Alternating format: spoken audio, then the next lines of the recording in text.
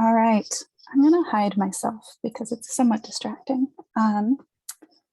So thank you all so much for being here tonight. I really appreciate you all showing up. I know I'm the last one of the night, so hang in there. We're almost done. But as you heard, my name's Erin Stehr, and I did my thesis on seabirds as ecosystem indicators for Cherry Point Aquatic Reserve, integrating community science into marine conservation. So Cherry Point Aquatic Reserve is one of 8 aquatic reserves managed by the Department of Natural Resources Aquatic Reserves Program, which is, as you heard, where I work. It's my employer, full disclosure. And Cherry Point is the northernmost reserve. So on the left, we have a map of all 8 aquatic reserves. And on the right, I've zoomed in on Cherry Point. Cherry Point Aquatic Reserve is just south of the border with Canada, north of Bellingham, Washington, and is the strip of nearshore habitats on the eastern Strait of Georgia. The Aquatic Reserves Program is a really good example of what many programs and agencies face is maybe there's fluctuating personnel numbers or funding or a change of direction, and this can lead to data gaps. And community science is a really amazing resource to fill those gaps and maintain data continuity.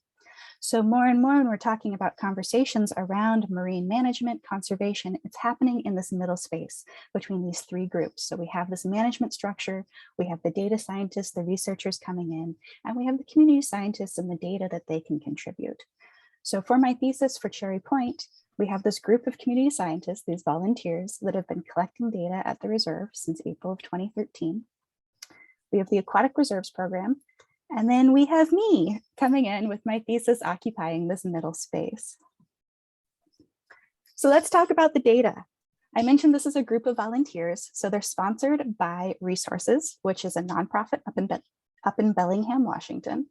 But they're largely self-organized and they are very accomplished birders. I was able to join them earlier this year and they explained how they'd be out there birding anyway. So they might as well be collecting data.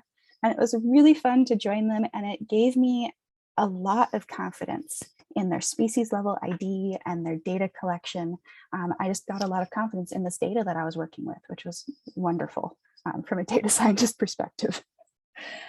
So in total, this group has conducted 500 surveys, totaling over 150 survey hours and counting more than 37,000 birds. And these are winter bird surveys, so they're conducted once per month, September through May. On the right is a map of the survey sites. So the green is Cherry Point Aquatic Reserve. The yellow dots are the 3 survey locations. These are shoreline-based surveys. So the volunteers go, stand on a specific spot on the shoreline and scan the water. And that blue is the survey area. That's the area that they are scanning. And you can see each area is a little different. So when they go out, they're collecting counts. They're counting the number of birds within each species. When I went to analyze the data, I transformed these counts into density. So kind of to control for differing survey areas, any missing data points, things like that. So moving forward, all my analyses, when I talk about birds, what I really looked at was bird density. So why seabirds? This is a lot of effort to go into birds. Well, seabirds are ecosystem indicators, and an indicator is something visible, it's measurable, and it reflects the underlying system. Marine ecosystems in particular are incredibly interconnected. They're very complex. How do you measure an ecosystem? You can't. So what you do is you identify indicators and you measure those. So seabird presence and numbers can reflect the health of a marine system. At Cherry Point, this means the presence and numbers of birds in this aquatic reserve can reflect the health of the aquatic reserve habitats and systems.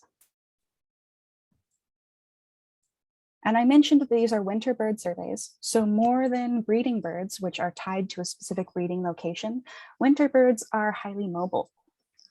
So for instance, let's say there used to be a lot of birds, high density, and we're seeing a decline. We're not so much worried about the birds. That means the birds just aren't choosing to come to that area. They're choosing to go elsewhere. So this isn't a, oh no, something's going on with the birds. This is, oh no, something's going on with the habitat. The birds are an indicator for that habitat. If they're leaving, it's because the habitat's no longer providing the resources that they are requiring.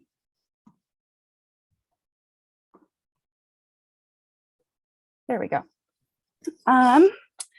And that's really broad. So seabirds are course indicators. So, overall, if seabirds are leaving, that's a, oh no, now what?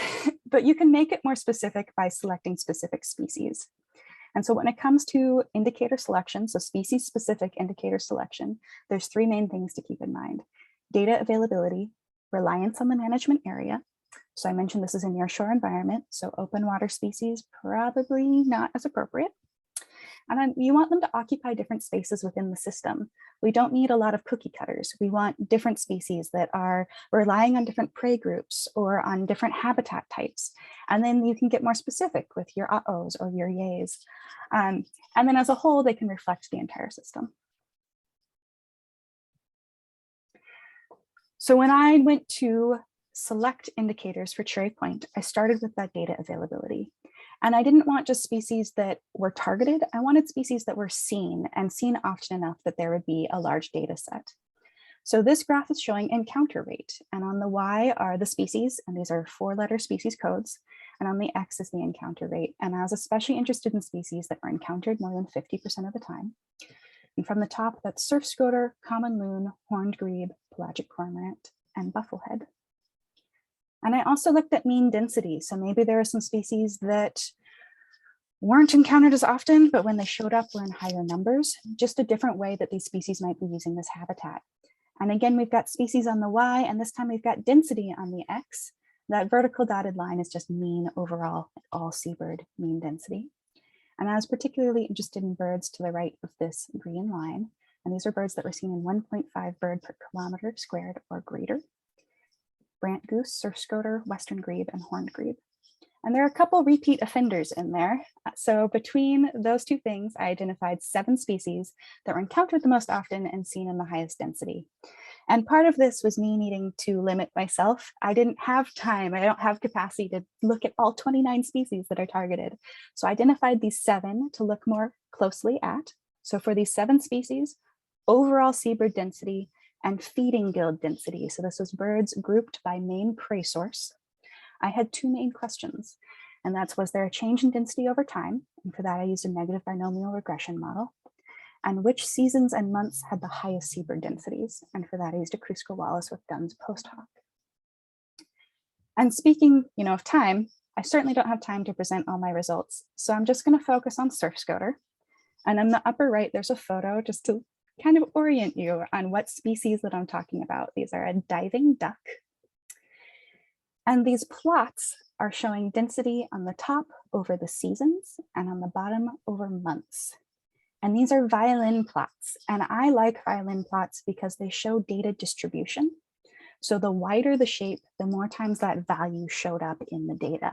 And these shapes you can see get really wide at the base at the lower values, because it was much more common for these community scientists to go out and count 1, 2, 0, 5 birds than it was for them to go out and count hundreds. But again, the cool thing about violin plots is it still shows you those outliers. So that 2014-2015 season, there's that peak there showing that there was a time where there was an enormous aggregation of surf scoter. If we look across months, we can see May again. There are other seasons and months that had some of these larger groupings. So this is just one way to look at that data beyond summary statistics, looking for those outliers, identifying those times where there were massive aggregations. And then to look for the summary statistics, to compare between, across, this is the exact same graph, just zoomed in. So now the y-axis is truncated at 20. So these are the same violin plots, and within them, that darker bar is the mean, and the box is the 25 and 75% confidence intervals. And if we look across seasons, so that's the top plot, what I found was that there has been a significant decline in surf scoter density across the seasons of data collection. And from, when we were zoomed out, that 2014-2015 season had that massive aggregation. So I was curious and I removed that season and all data prior, and there's still a significant decline in surf scoter density. So something is going on that's telling us that whatever resource was bringing surf scoter to this area, that they were staying in this area, now, they're no longer here as much. We should look into that more. Across months, I looked at a similar thing. So surf scoter are migratory. And what we would expect and what we see with other migratory species is that their density is lower in September when the birds are first entering the area, and lower in May as birds are leaving. And we see that for September with surf scoter, that asterisk there. It's the one month that was significantly lower than all of the other months. But surf scoter in particular, partially due to those aggregations, has a huge amount of variation. So there wasn't a whole lot of statistical significance. However, when we look at some of these trends, it's still really noteworthy because we are definitely not seeing that drop off in density in April and May like we would expect from a migratory species. So for whatever reason, other migratory species are leaving in the spring, and it seems like surf scoter might be staying, or at least they were, because I looked deeper into this and we actually haven't seen this since 2016. So something changed. It used to be the case where surf scoter would stick around through the spring. But since 2016, they've been leaving with other migratory birds. So whatever resource was in place was attracting them, keeping them there longer than other migratory species, maybe no longer is there. And I will say that, there's some hypotheses, we have some ideas for why this might be. Cherry Point has a historically massive herring stock that spawns in April and May, and surf scoter have a really well-documented aggregate response to herring spawn. However, that herring stock has been declining since the 1970s. That's not new news. So, maybe this is reflecting that relationship to herring spawn. Maybe it's reflecting a relationship to a different prey source or a habitat type. And that's where that coarse approach comes in. Even with one single species, we can't be super specific, but what we can say is something changed. And we should figure out what it was, because it wasn't a change for the better. And I'm going to bring it back to my indicator suggestions then, because surf scoter is one of them. It's part of why I shared it with all of you, is that I definitely recommend surf scoter be an indicator for Cherry Point Aquatic Reserve.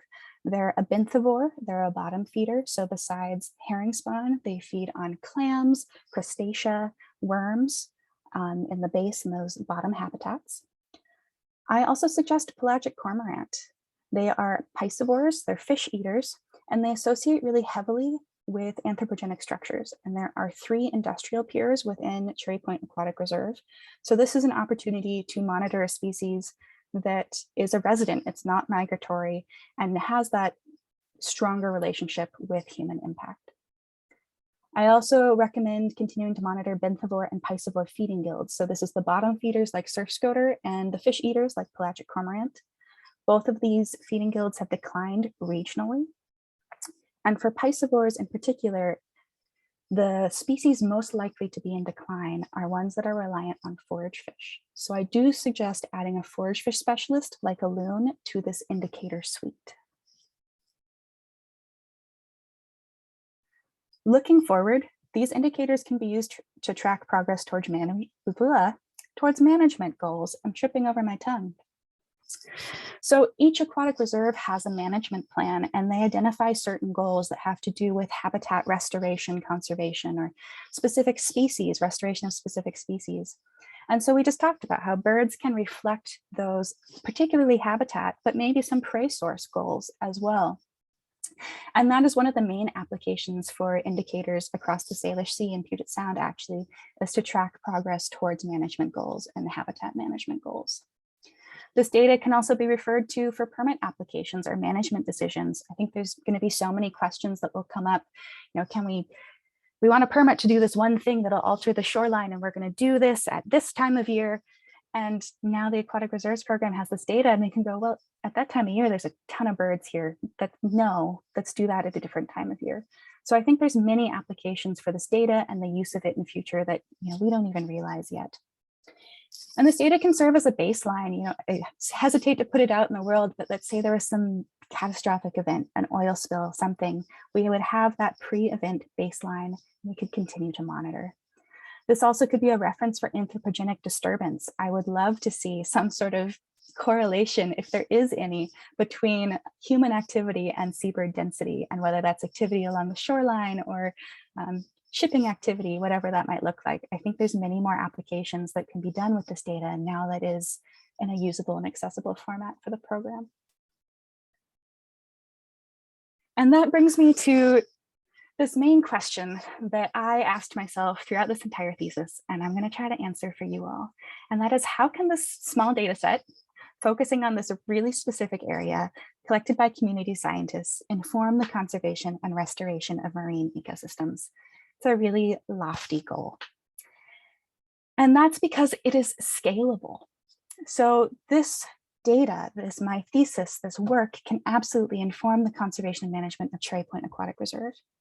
It can also inform the management of other aquatic reserves. We have this framework now within the Aquatic Reserves program to integrate other community science seabird data, other community science data on other species and habitats.